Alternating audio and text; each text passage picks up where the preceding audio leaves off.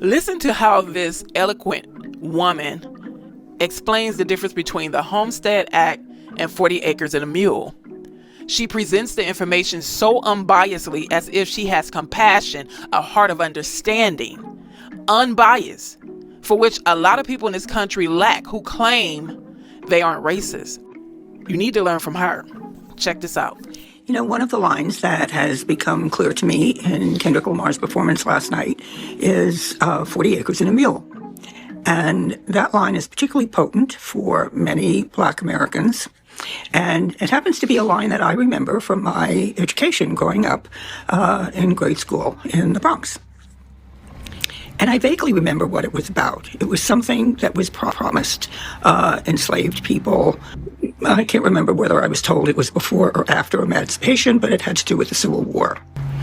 And I've since had my memory refreshed. And it was something that the federal government promised enslaved people that they would get, and it would help them get a head start.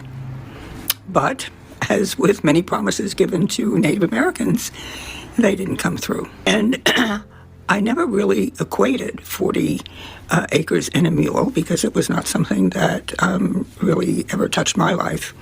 But in thinking about it this morning, I never really equated it with something else that was very important to American life, which was the Homestead Act.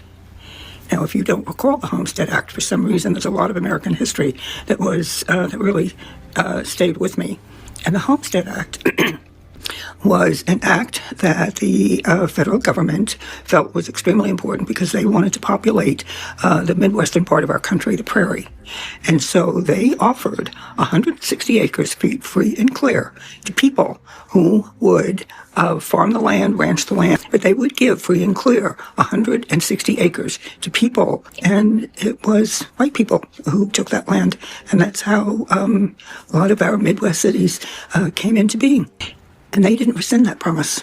They gave 160 acres to people free and clear. All they had to do was stake it out. And that was the beginning of generational wealth for a lot of white people. A lot of these people came from Germany and Middle European countries. And here we have enslaved people and finally released from bondage and promised for their servitude they would be given 40 acres and a mule. And they got nothing. And they had to start from scratch. And let me repeat, the land that was given to foreign white people during the Homestead Act was never taken back, unlike what they did to ex-slaves, took their land back.